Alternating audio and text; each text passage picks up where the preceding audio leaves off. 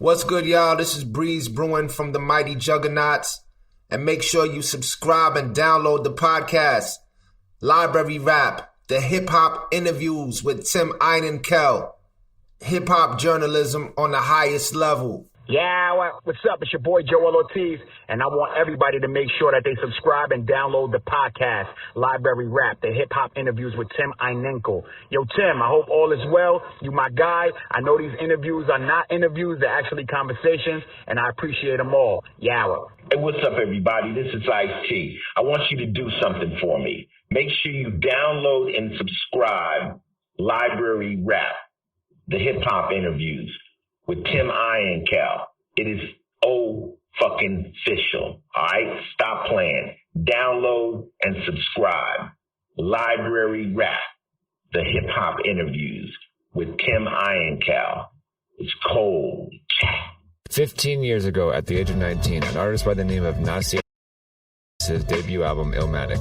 The Source awarded it 5 mics, and the album was hailed as an instant masterpiece. It only had 10 tracks, but each one displayed not only his lyrical genius, but also a surprising level of musical maturity. Now, 15 years later, Michael Eric Dyson, Sohail Daulatzai, in a book on the album. It's titled Born to Use Mics, Reading Nas's Illmatic. In the book, each writer focuses on an individual track and looks into its cultural significance.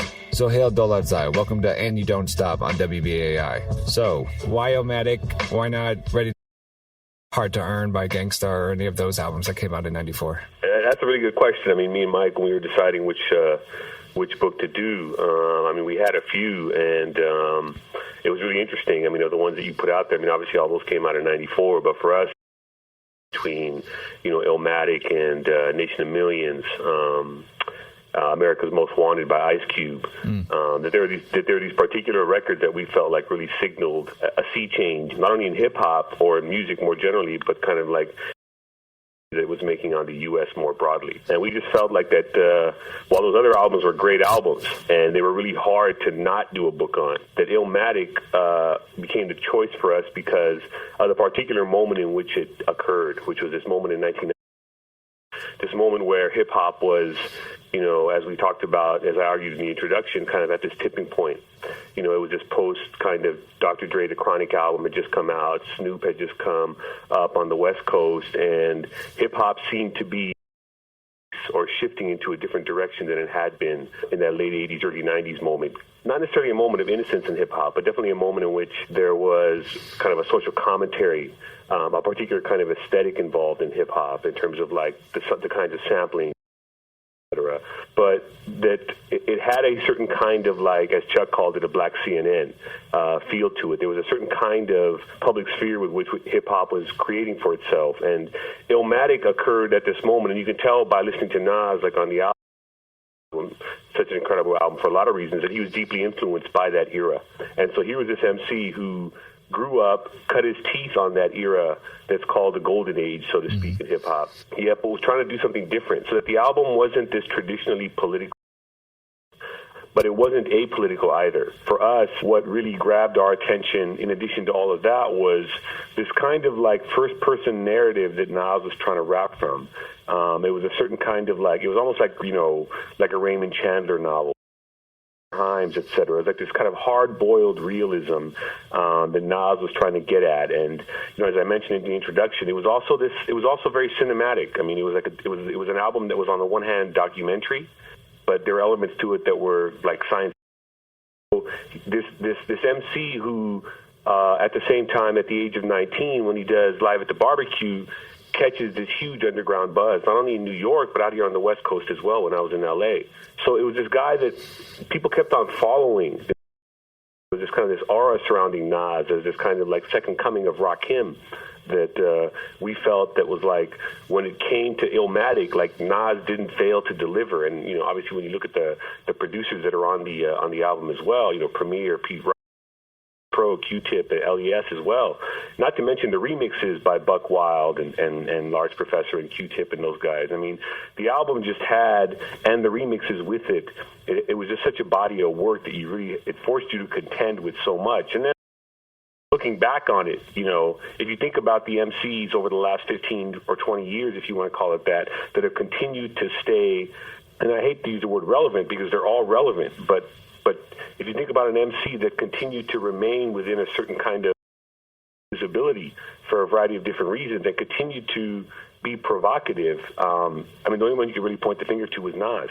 I was thrown off by Nas. I was like, he's not talking about what I want him to talk about. Right. The Firm eventually came around, and that just me for a loop. So you think Nas peaked too early? Do you think people followed his lead? Well, I guess what changed in hip-hop after Nas? I think that's a really good question. And again, that goes back to like the first question that you were asking, which is, again, why Illmatic and why Nas? Again, because I think through this one artist, like, you can trace so much of hip-hop's history. I mean, there was a point, you're right, where Nas, admittedly, when you talk about kind of the I Am period and the Nostradamus period, where Nas, supposedly lost his way, a very underrated. It was written. And so you can trace through Nas, when we say lost his way, like it's this kind of puffy, kind of like bling era hip hop that kind of like by the late 90s was, the dominant in many ways. Mm-hmm. And in many ways, Nas kind of him to it, but you can start to see him begin to dabble within that as well. And so I guess people started to second guess Nas and wonder like, oh man, where's the Nas of Illmatic? Where's the Nas who rapped about, Uzi in my army jacket lining? You know what I mean? Mm-hmm. Like with that keen perspective on the world.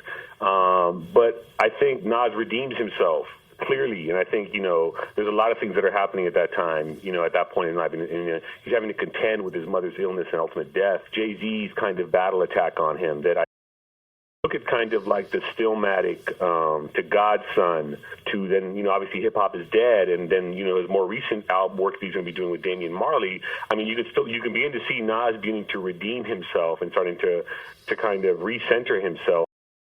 The great MC that everyone expected him to be. So was Illmatic his best album? Did he decline after that? I don't know. I mean, I think, I like the fact that there's this almost a genre of hip-hop, almost if you want to call it that, called like kind of grown man hip-hop. We have to allow these MCs to grow. And, while Illmatic was such an incredible album, it was an album of its time. And while it continues to, in many ways, be timeless, I think Nas as an artist, especially over the last, 6 or 7 years, I think, has, continued to be the best hip-hop out there. But I think, we have to also put it in context, and that gets to the second part of your question, was, has hip-hop changed since Illmatic? And I would say definitely. And I think that was, again, part of the reason why we wanted to do it. We saw, you began to see hip-hop beginning to shift.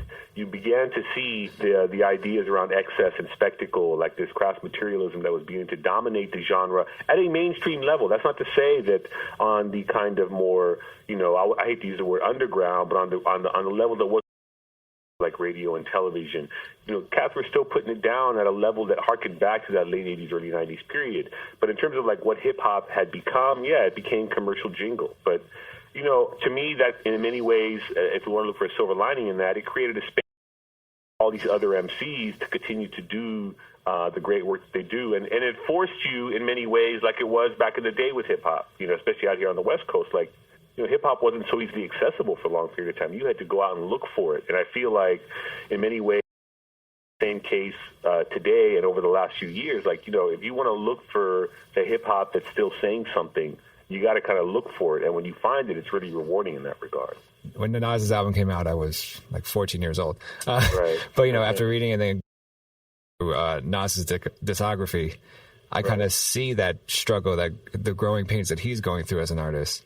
Absolutely. I mean, he makes Illmatic the Illmatic comes out when he's 21, but he's recording it when he's 19, 18, 17, 16, 18 old.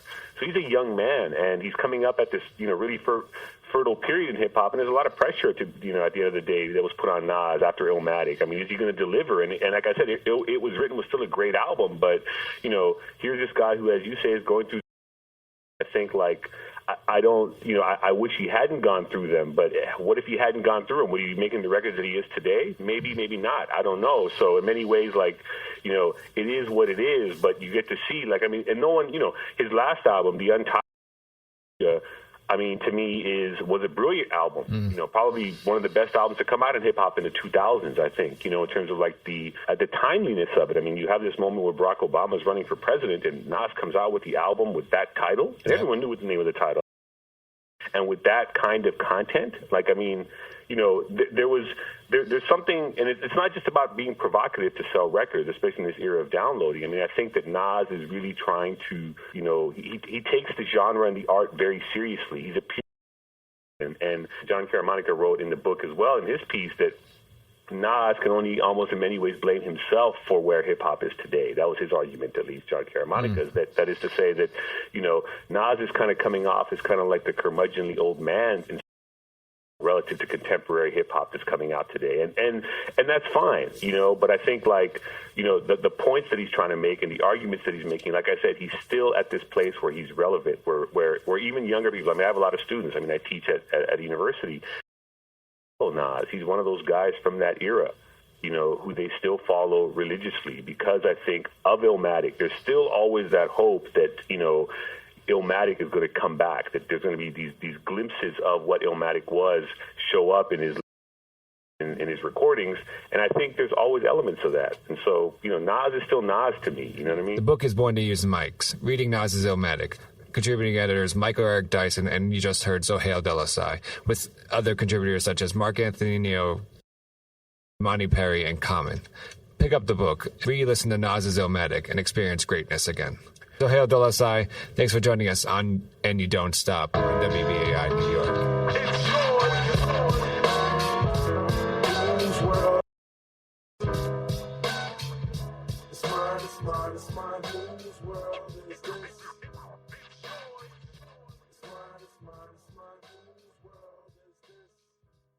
What's up, y'all? This is Tim Einenkel with At the Library. Sam Seidel is my guest today. He's the author of a new book that comes out in August called Hip Hop Genius. Sam, explain what Hip Hop Genius is. Hip Hop Genius is not just about teachers using hip hop songs to get kids to succeed in traditional schools. It's about changing education to respect and build from young people's brilliance. It's about the incredible possibilities that occur when students are engaged, not as consumers, but as creators. We don't need to tweak the content inside existing traditional academic structures. We need to think outside the classroom and build institutions that are fundamentally more responsive to young people's interests and ingenuity. We need to create schools and school systems that not only teach hip-hop, they are hip-hop. In the Hip Hop Genius, you really kind of discuss the school, High School for Recording Arts. So if you can you kind of explain what is High School for Recording Arts? Why'd you decide to focus on the school? And then explain what Hip Hop Genius is and how does the school use this? The High School for Recording Arts is an innovative high school in the Twin Cities in Minnesota. It's been running for over a dozen years. It was started by a professional rapper, David T.C. Ellis, who himself had dropped out of high school and later went on to finish through an alternative program. I focused on it in Hip Hop Genius because I've visited schools in over 25 cities around the country. I've seen a lot of great different models and designs, but I've seen the High School for Recording Arts really reaching kids in a way that a few other schools that I've seen have reached kids. Perseverance through hard times, all lives intertwined. I'm talking you and I. My eyes wide in disbelief. What's on my mind? Together we can make it with patience in all stride. From my family to yours, let's join hands. Unfold plans to try and change the forecast. Never hold back. Music is the motivation. Rely on the strength of a nation to make greatness. In terms of what Hip Hop Genius is, Hip Hop Genius as a concept came out of a conversation between a group of educators who were brought together out at the High School for Recording Arts several years ago. My friend and colleague Isaac Ewell, who runs a small schools project for the Black Alliance for Educational Options, invited myself and a number of other educators to go out to the High School for Recording Arts and visit and have some conversations about what we saw there. Isaac was interested because he had a multi-million-dollar grant from the Bill and Melinda Gates Foundation to start a network of small schools around the country, and he saw the power of the model at High School for Recording Arts and was wondering how we might replicate that or use elements of their design. And in that conversation, one of the things we came across was this notion of Hip Hop Genius, and really the concept behind that is that aside from teaching in a recording studio or literally teaching kids to make music or even the business of music, there are some broader hip-hop sensibilities that we felt like the young people who had invented hip hop in the first place had demonstrated, and that have been demonstrated throughout the evolution of hip hop culture. And we also saw them very much in action at the High School for Recording Arts. And so when I talk about those sensibilities, I'm talking about, at the most basic core essence, a creative resourcefulness, especially in the face of limited resources. So in the evolution of hip hop, or the birth of hip hop, you think about young people who were in the South Bronx at a time when resources were very limited. The community had been, carved up by the Cross Bronx Expressway. Job opportunities were limited. Students had learned vocational skills that in many cases were not leading to jobs. They didn't necessarily have access to a lot of fancy musical instruments, but they found a way to make music and throw block parties and the ingenuity of taking turntables, which people up to that point had always assumed were used to just play a song from start to finish, and hook up two of them. Using some of those vocational skills, and be able to fade back and forth between dancers' favorite segments of a song to create a new song. To us, that was the kind of brilliance that we wanted to foster in the education sector. So the ability to take different element designs and remix them into something new and better, and the swagger and brashness to say, I can do something that's never been done. I can start a small school and really implement some new design elements. So, for instance, on a kind of one clear example would be at the High School for Recording Arts. TC decided to start the school day later than pretty much any other school in the country, and his experience was that they were struggling with students coming to school late and then not being marked present, et cetera, et cetera. It was frustrating for the staff at the beginning of the day. And he himself didn't love coming in early in the morning, so he said, well, let's just start the school day later. And they saw attendance and go up and tardiness go down. And, it's that kind of, it sounds maybe simple, but very few schools do it, even though research shows that later start time is more in line with teenagers' circadian rhythms. So it's that kind of ability to think outside the box, not be beholden to rules, and really be resourceful with, the resources that you have access to, that we saw embodied through hip-hop, the evolution of hip-hop and, even current hip-hop culture, and that we really wanted to encourage more of in the education sector.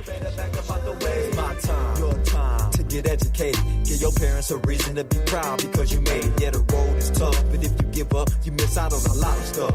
Now you're running out of love. Time passing you by, you can't get a decent job. You never graduated. Your education got robbed. Can't believe all the steps. So you take what was interesting about the book and about the school is that it obviously has been able to tap into reach kids or tap into kids' creativity that other schools haven't been able to do. So I kind of wanted to explain, there are at the same time there are teachers in regular public high schools or elementary schools that are trying to use rap music to engage kids. I guess how is from your experience, is that just not far enough? I mean, do we need a complete school around it, or are those teachers taking, I guess, the right step to do that? Well, here's the deal. I think that's.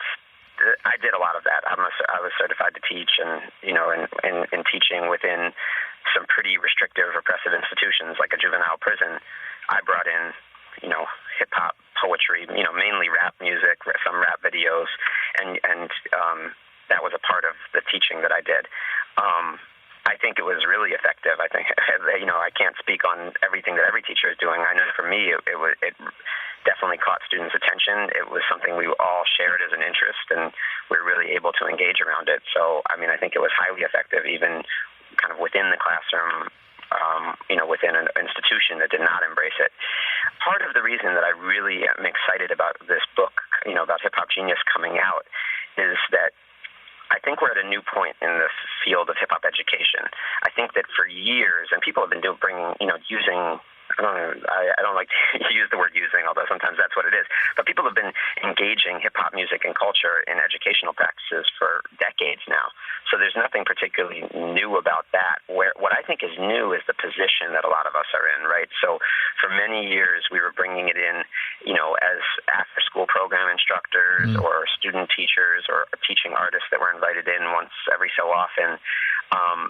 Now there's hip-hop educators. I mean, true, people who have been MCs for years, B-boys for years, DJs for years, graffiti artists for years, who are in leadership positions, who are school principals, who are lead teachers, who are, working in the district in high-up positions, who are working at education foundations. I mean, I know these folks, and I think we haven't fully adapted our thinking and our conversation. We're still often talking about it, and a lot of the text that's out there is about how to kind of bring it into one classroom, almost sneak it in here or there. And a lot of the text out there is about justifying that hip-hop has any place in a school.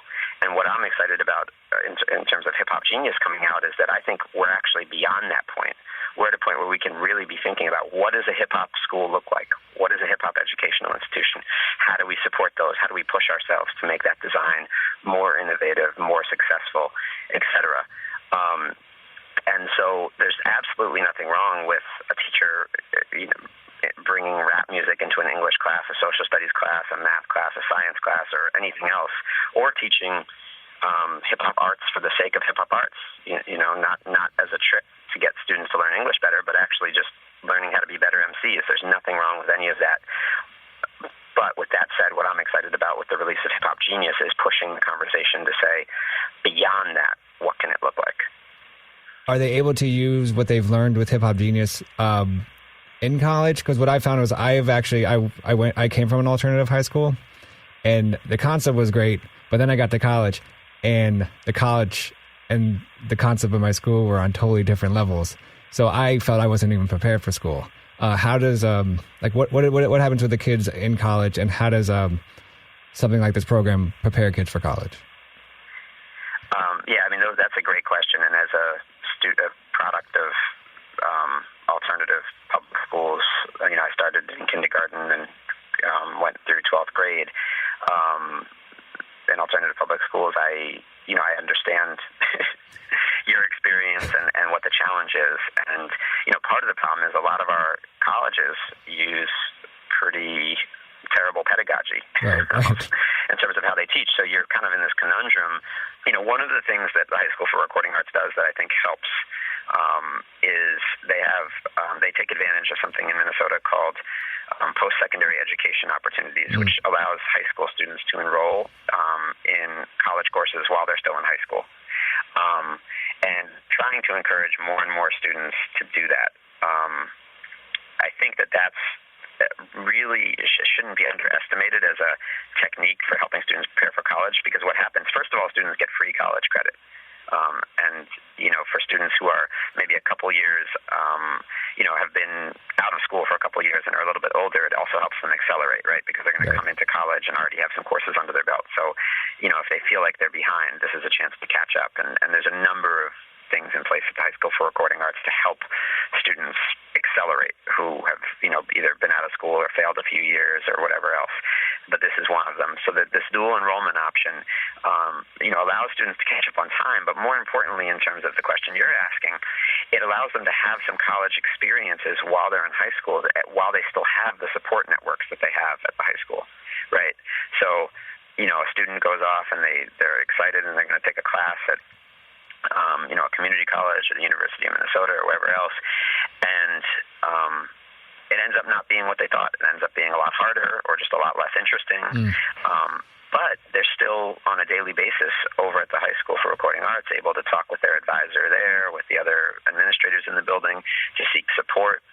And by doing that, in the best case scenario, they graduate from high school already having experienced the challenges of college, and with some skills in their backpack to, be successful when they go off to school.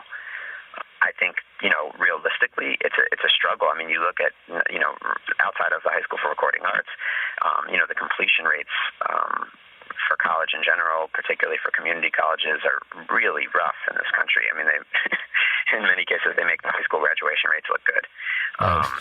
So, it's clearly a challenge across the board. I think that, there are some things in place at the High School for Recording Arts, like the PSEO program, that are intended to, try to counteract that and help prepare students.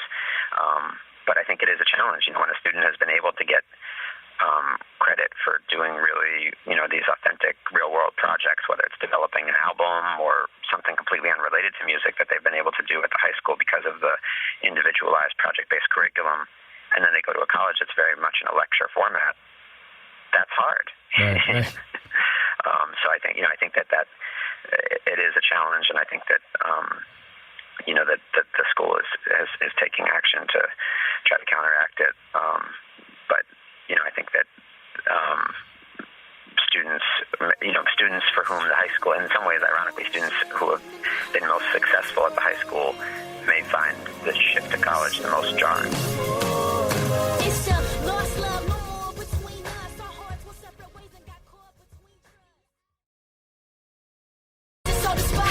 Right through the lies. We heard so many times, but yet give it another try. And time again, it seems to happen all the same. And the love goes away, but the pain still remains. No matter what, you'll never change. You'll always be the same. You say that you're in love, but we know it's just game. And most of these hearts fall, hoping they can get a catch. And in the end, they just realize that you're only like the rest. So the pain sits in your chest, and it's hard to catch your breath. How do you move on with your life when you thought this type of education reform you talk about? Does it leave room not to go to college? I mean, to just just put a business in place, because I know there's this one girl offhand, I don't know her name, who she's going to community college, but she also runs a nonprofit while she works at the record label or the recording studio. So does it actually leave room where kids could just go right into business or go right into a nonprofit as opposed to 4 years in college and then figure out what happens after that? Yeah, I think so. I mean, every student is encouraged to consider post-secondary education. One of the graduation requirements at the High School for Recording Arts is an acceptance letter from a college. I think it's really, really important to the school that all students feel like college is an option. That said, I know that there are students who have gone directly into the music industry, directly into nonprofit work, and directly into business out of high school. Some of them have then gone back and taken classes or, things like that. And I think, some haven't. But, I mean, the incredible thing about a project-based school that it really allows students to follow their passion is that for some students, they're going to come out of high school light years ahead of where some of us may have come out of college, right? Because they've actually been doing the thing that they want to do, not just studying it, or not just kind of studying this more general ed curriculum. You have to take this. So, I mean, they do need, students at the High School for Recording Arts need to get validations in all of these different learning areas, but they can find ways to do that connect to their passion. So it does put students in a position, and in the book I talk about some of the students who have come out and been successful in aspects of the music industry. It does make that, I think, more possible and give them some serious advantages to students at other schools. I mean, the fact that they've been in an environment with professional quality recording studios, with professional engineers, with folks who know the ins and outs of the hip-hop industry, or music industry more generally, the fact that major recording artists have come through the school and they've gotten to meet them, that they've had their stuff played on the radio, that they've talked on the radio, all of these things, I think, really prepare them, if that is an industry that they're interested in going into, in a way that a student at pretty much any other high school wouldn't have. So do you have to be a hip hop head to get hip hop, to be a part of Hip Hop Genius? No, I don't know. Well, to be a part of Hip Hop Genius, that's a different question. You don't have to be. I want to make sure I say that you don't have to be identify with hip hop culture particularly to go to the High School for Recording Arts. I mean, there's students there who make other kinds of music or who in their 4 years never set foot in the recording studio or don't do projects focused around music. So, I think sometimes that's something that people get confused about. And Obviously that's a huge draw for many young people, and that there's a lot of stuff going on in the school related to music and the industry, but that is not a requirement for a student coming in. In terms of hip-hop genius, I mean, we can look at it more or less kind of metaphorically, and, and for the most part, and, this is much of the book, as you know, talks about this, so it can be difficult to sum up, but for the most part, I think it's an ethos, it's a set of sensibilities, and I don't think somebody has to be, an MC, a b-boy, a DJ, or a graph writer to understand it. I think it's a more metaphorical set of sensibilities, and, we enjoy kind of documenting where we see hip-hop genius occurring in the world, even when it's far from the kind of traditional hip-hop culture. What do you hope people take away from your book, and what are pretty much the next steps to making this book a reality for in the education system? Of course, I hope it changes the world and changes the landscape of education in this country and beyond. And I'd really love to see it reach other countries as well. But in the short term, I really hope that, I know there's a lot of folks out there who are hip-hop heads and educators. I really hope that those folks get their hands on it and read it and respond to it, both, just casually, verbally with me and the kind of conversations and ciphers that we're already having, but also in a more public setting. I think that that's something that in the hip-hop education space we need to do more of, is having public critical dialogue about each other's work. I think in some sense we've been hesitant to do that because we've been so under attack from sort of outside forces that are challenging the idea that hip-hop culture even has a place in the education sector. I think we've been hesitant sometimes to have critical dialogues amongst ourselves, but I'm very hopeful that that we're getting to a point where we can do that, and that this book can be a part of sparking some of those conversations. Beyond the folks who are already hip-hop heads and educators, my hope is that this book will reach a wider readership. First of all, I would love to see it reach a lot of hip-hop heads who are at an older and more mature point and still love and are a part of hip-hop culture to the core, but aren't necessarily partying the way that they used to, or going to the club, or doing some of the things that a lot of the music reflects, and are looking for what it means in this phase of their life to be hip-hop. And I think that part of that can be, being a part of really changing the educational experiences of the young people in this country. So I'd be really excited to see hip-hop heads picking up this book and reading it and thinking about how they could be a part of, whether it's starting a new school, getting involved in changing an existing school, starting a youth program. I mean, a lot of these principles, even though I'm talking mostly about a school, can apply to all types of work with young people. So I would love to see it be a resource to hip-hop heads who who don't have a degree in education, who don't work in schools full-time, but are looking for how to kind of manifest their passion around hip-hop culture. And then simultaneously, I would love to see it push folks who are more solidly in the education side of things and are not as familiar with hip-hop culture to read the book, and whether they get excited about and turned on to hip-hop music and culture or not, really try to implement some of the practices. I'd like for it to demystify what's going on at the High School for Recording Arts, so that more folks can start to learn both directly from them as an example, but also just start to research the kinds of practices that are in place at the school. So whether that's educators in other schools, school committee members, politicians, foundation program officers, I think there's a lot of people who have been excited by what the High School for Recording Arts is able to accomplish, but don't fully understand how that's happening or why things are done the way they're done. And I think that this book can at least be, a solid introduction to folks who want to understand more about it, or who haven't heard about it yet but are open to learning about it. So my hope is that it can, validate the work that's going on there, spark some more conversations, help them to improve their work, and help other people to do similar work even better, and really push some of these ideas out, both nationally and beyond. Sam, thanks so much for joining us today on And You Don't Stop with Chuck D. Yeah, thanks for doing what you do. Don't stop. I never rap. This is my first time ever rapping, so give me a break a little bit. Right after. You better not be hating on me, cause I'm a straight up G Shorty, MC LOVE, Shelby Love, you know my name. I ain't play no games, no,